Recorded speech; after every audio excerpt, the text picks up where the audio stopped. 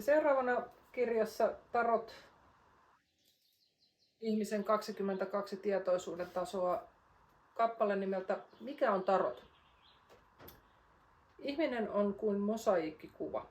Mosaiikkikuva koostuu monista erivärisistä kivistä, jotka on sommiteltu jonkin tietyn mallin mukaan niin, että siitä on syntynyt kaunis yhtenäinen kuva.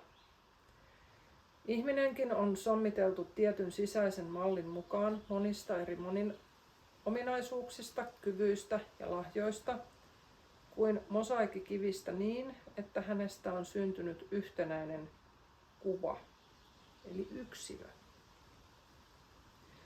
Niin kuin taiteilija voi sommitella ja luoda samoista kivistä mitä erilaisimpia kuvia, lukuisia muunnoksia monista eri malleista, niin syntyy ihmisistä samojen ominaisuuksien, kykyjen ja lahjojen pohjalta hyvinkin erilaisia yksilöitä, äärettömän monien ja mitä erilaisimpien sisäisten mallien yhdistyessä heissä mitä moninaisimmin tavoin.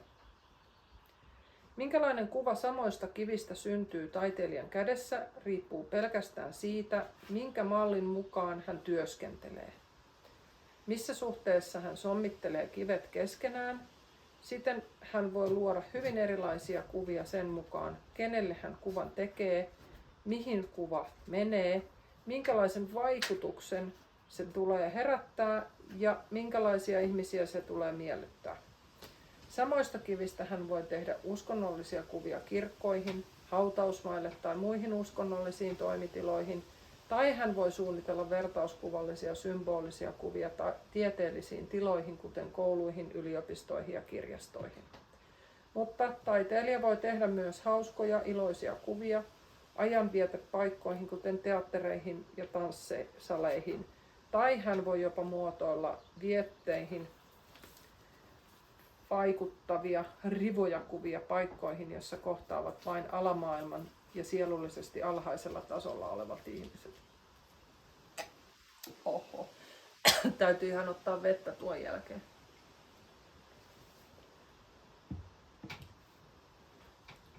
Ja kaiken tämän hän luo samoista erivärisistä kivistä.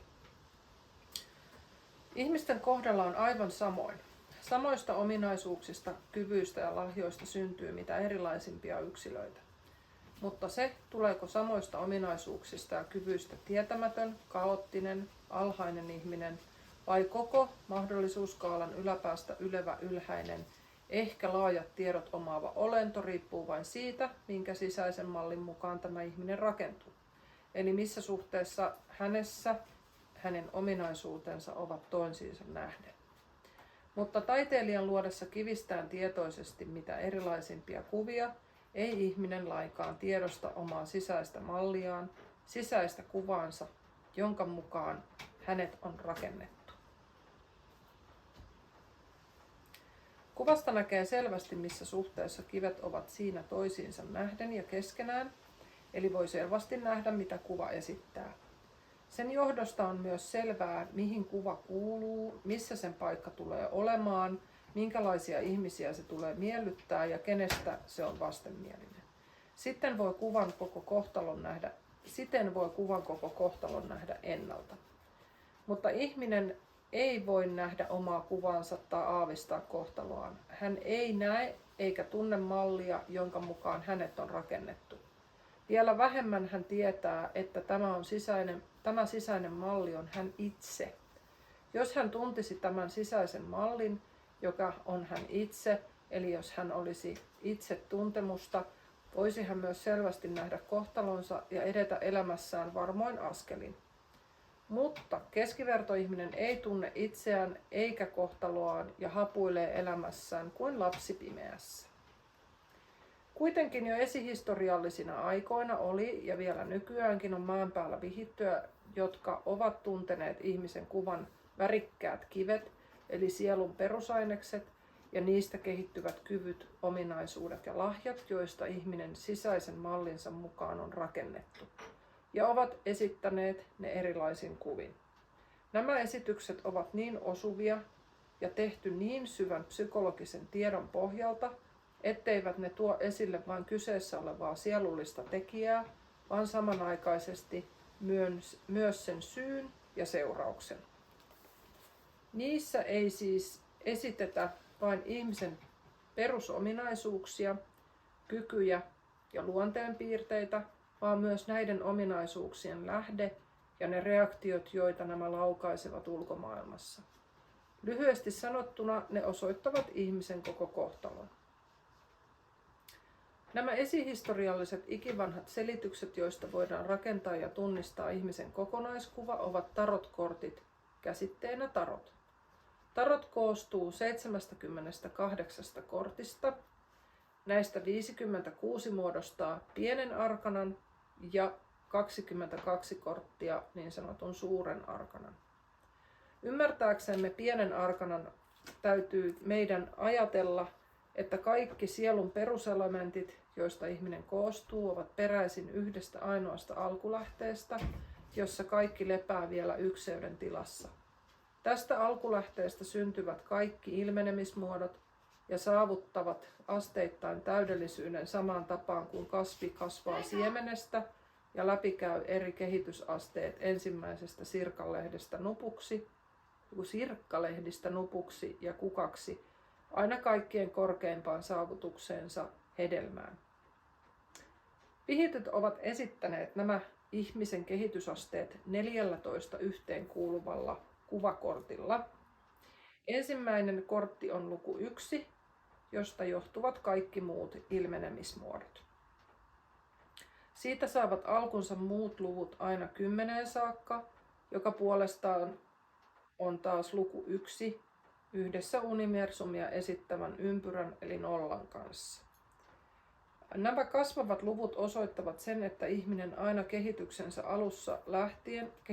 alusta lähtien nousee kyvyissään yhä ylemmäksi, tulee arvokkaammaksi, kunnes massa-ihmisestä tulee persoonallisuus. Niinpä kuvauksissa tuleekin 10-lukukortin jälkeen 4 kuvakorttia nousten arvossa hovipoika, ratsastaja, kuningatar ja viimeiseksi kaikkia muita kortteja hallitseva kuningas. Tämä merkitsee sitä, että heikosta ihmispersoonallisuudesta kehittyy yhä voimakkaampi.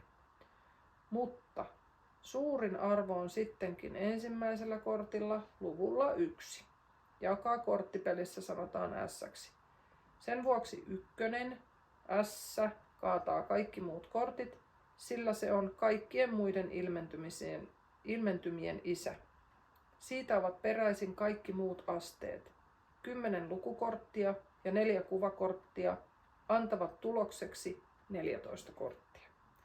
Nämä 14 kehitysastetta ilmenevät 4 alkuaineessa, joita nykytiede sanoo olotiloiksi. Näiden vanhat nimitykset ovat tuli, ilma, kaasumainen vesi, irtaava ja maa, kiinteä. Alkuaineet esitetään korteissa 4 eri symbolilla, jotka ovat valtikka, miekka, kolikko ja malja. Jokainen symboli kuvaa aina kaikkien 14 kortin 14 kehitysastetta. Siten antaa 4 kertaa 14 korttia tulokseksi 56 korttia. Nämä 56 korttia ovat tarotin pieni arkana.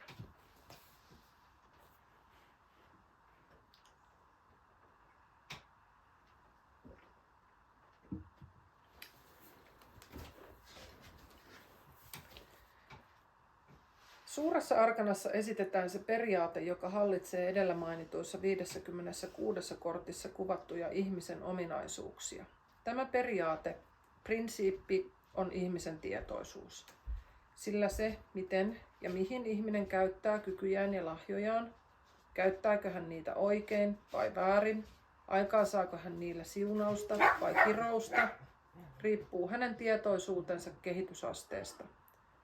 Pysyäksemme edelleenkin vertauksessamme täytyy meidän muistaa, että mosaiikkikuva on eloton ja koostuu kuolleesta aineesta ja että sen rakentaa ulkopuolella oleva taiteilija. Mutta ihminen on oman itsensä taiteilija, joka rakentaa oman henkilökohtaisen kuvansa sisäisen mallin mukaan sisältä ulospäin. Ja hän itse on se, joka ilmentää omaa sisäistä kuvansa luonnettaan aineellisen kuorensa välityksellä. Kehityksensä alussa hän ei lainkaan tiedosta tilansa. Hän rakentaa kuvansa alitajuisesti luonnonlakien mukaan. Koska hänellä ei ole itsetuntemusta, elää hän omassa kuvitelmassaan kuin vanki tyrmässä, jonka hän on itse itselleen rakentanut. Sen sijaan, että olisi kuvansa herra, hän onkin sen orja. Siten hän on myös kohtalonsa orja. Kohtalo heittää häntä tässä tiedostamattomassa tilassa sinne tänne kuin myrskyssä ajelehtivaa peräsimetöntä laivaa. Epätoivoisesti ihminen etsii ja odottaa apua ulkoapäin, eikä hänellä ole aavistustakaan siitä, että hän voi löytää todellisen avun, vapautuksen tästä sokeasta harhailusta, orjuudesta vain ja yksinomaan omasta itsestään.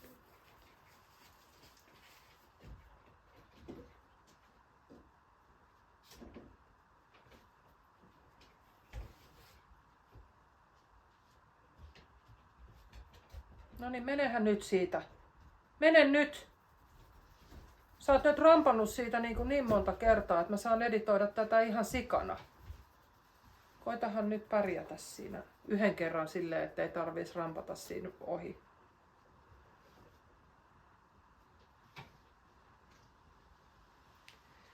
Mutta juuri näiden kohtaloniskujen avulla, jotka hän itse tietämättömyyttään aiheuttaa, hän herää jonakin päivänä.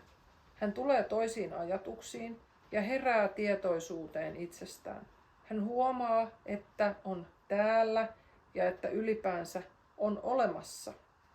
Mutta tästä ensimmäisestä heräämisen kokemuksesta, tästä tilasta, jossa itsetietoisuus ensimmäisen kerran syntyy, on hänellä vielä pitkä matkatie kuljettavanaan päämäärään, jumalalliseen täydelliseen kaikkitietoisuuteen. Sen saavutettuaan ei ihmisellä ole enää alitajuntaa, jotka vaikuttaa hänen tietoisuutensa takana. Hän on saavuttanut täydellisen vapauden. Hänestä on tullut kaikkien niiden voimien herra, jotka hänet kerran rakensivat ja hänessä vaikuttavat. Koko maailmankaikkeus on rakennettu samoista luovista voimista kuin ihminen itse. Tehtyään nämä voimat itselleen tietoisiksi ja opittuaan hallitsemaan ne, ihminen pystyy hallitsemaan samat voimat myös muissa ihmisissä ja koko maailmankaikkeudessa.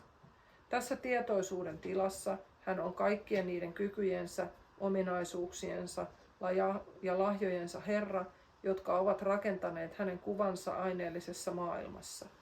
Mutta samalla hän on myös oman kohtalonsa herra, koska hän tässä tilassa ei ole enää oman kuvansa alitajuinen malli, vaan hänestä on tullut yksilöllisyytensä ja oman maailmansa tietoinen luoja.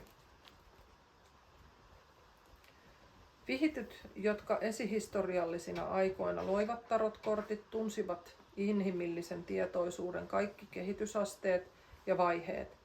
He ovat esittäneet 22 kuvalla nämä tietoisuuden asteet ensimmäisestä tietoiseksi tulemisen kokemuksesta jumalalliseen kaikkitietoisuuteen. Nämä kuvat ovat tarotin suuri arkana. Katsoessamme kuinka pitkälle tahansa ihmiskunnan historiaan, emme löydä yhtäkään aikakautta, jolloin nämä kuvat, tarotkorttien suuri arkana, eivät olisi olleet tunnetut. Jo ikivanhoilta ajoilta löydämme jälkeä korteista, ne ovat myös kaikkien muiden pelikorttien esivanhemmat. Babylonian, Egyptin, juutalaisten, Meksikon, Intian, Kiinan tai vieläkin vanhemmista kulttuureista on kaivauksissa löydetty todisteita siitä, että nämä kortit olivat olemassa. Joskus kuvia on löydetty seinämaalauksina, joskus kiviveistoksina tai poltettuina savilaattoina. Löydöt ovat aina ja selvästi esittäneet tarotkortteja. Missä tahansa löytöjä onkin tehty, ne ovat olleet hämmästyttävän samankaltaisia, ettei voi olla toteamatta, kuin että kuvat ovat peräisin yhdestä ja samasta lähteestä. Mutta mikä tämä lähde on, sitä emme tiedä. Löydöt ovat kuitenkin olleet useimmiten vain osia kokonaisuudesta. Eheän kokonaisuuden muodostavia tarotkortteja meillä ei olisi, ellei maan päällä olisi kansaa, joka niin suuresti olisi arvostanut uskonnollisia perinteitään ja pyhiä kirjoituksiaan, että ovat säilyttäneet perinteensä ja kirjoituksensa vuosituhansia muuttumattomina aina nykypäivään saakka. Tämä kansa on juutalaiset. Juutalaiset